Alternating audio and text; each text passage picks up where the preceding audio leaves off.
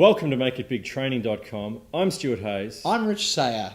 Today we're talking about business plans, and in particular, business plans that are active. Stu, there's a fantastic book out there called If You Want to Make God Laugh, Show Him Your Business Plan. Have you heard of this book? I haven't. All right, it's a fantastic book. I read it a long time ago. And the premise of the book is simply this. No matter what you plan for, something else will happen.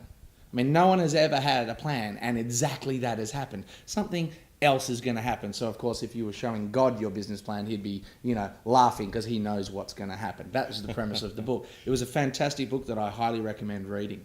Stu, talk to me about your experience with plans. In business, what I've found, and in particularly early on in my career as a turnaround professional, was that almost every single company that I ever walked into has a business plan sitting in a drawer or sitting on a hard drive somewhere that they never look at. Yet the very successful businesses have business plans that are what I would call dynamic. Right.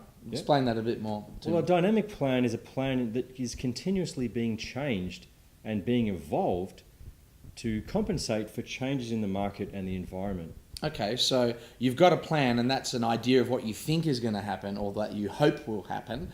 And then in reality here, you've got reality. And reality, you've now got a mechanism of reconciling what is actually happening versus what planned to happen. Is that what you're saying by dynamic? Correct. So at the end of the day, reality is reality.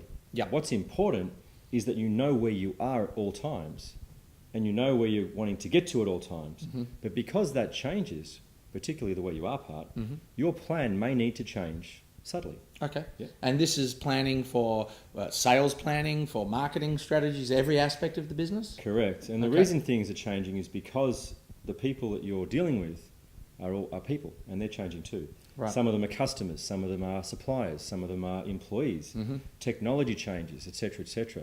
So your plan and its ability, and its guidance of you from where you are to where you're trying to get to, needs to continuously change, even if those changes are very small. Got it. So in the media, you'll hear about large companies laying off people, laying off workers because market conditions have changed. You know, this has been in Australia and America very much the case in the automotive industry, for instance, as nations we're importing more cars rather than buying the ones manufactured here. Correct. Yeah. And so these companies are monitoring what's going on in the marketplace and adjusting their business practices and their projections of sales and therefore the implications of their staffing levels.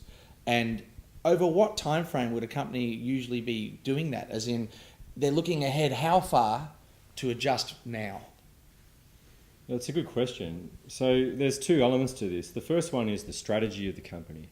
And in truth, the strategy shouldn't be something that you recreate time and time again. So if you think of it like this, if you're going for a walk in the forest and you know where you are and you decide, well, we're going to go walk to the beautiful waterfall and have our lunch, then we're going to come back, the waterfall is your strategic direction. Right. Now you might pull out your map and you say, well, look at this. There's a great pathway that goes along the top of this ridge and it's going to have a great view, so let's go that way. So strategy is like geography. You're getting your direction and your topography, let's say. Well, the topography is reality. Right.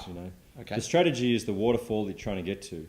But what happens as you embark on your journey, walking along the path, things happen. There's a landslide. Mm-hmm. Perhaps you become aware of some people on the course, on the walk that say, hey, you guys, you know what? There's an amazing waterfall just around the corner. It's not on the map. We don't know why. But we would suggest that you walk down this path here and you'll go directly to it and you say, let's change our strategy. So you see new opportunity along the way and therefore you have to change strategy to take advantage of that new opportunity that you wouldn't have seen at the beginning of your journey. Correct. Got it. Or it may be that the park ranger has come and closed a path, or perhaps they've opened a brand new path that's much safer and stronger and easier to walk on. That would be like a technology innovation coming in. Got it. Now you could continue on the old path, but suddenly you're finding that all these people are beating you to the waterfall because they can get there directly from the car park, and it's just not the same experience anymore. Stu, I just wish I hung out in the same parks as you. Well, I know when it comes to planning, I always come up in my mind, what comes up is the corny old saying, if you fail to plan, then plan to fail. Have you got another corny saying that can beat that one? I'm not so good on the corny sayings, I have to say, mate. But what I can say is that it's important to have a plan. It's important to change your plan, i.e., make sure that when information's coming to you, that you're adjusting what you're doing, and don't be rigid. Well, I'm Richard, not rigid.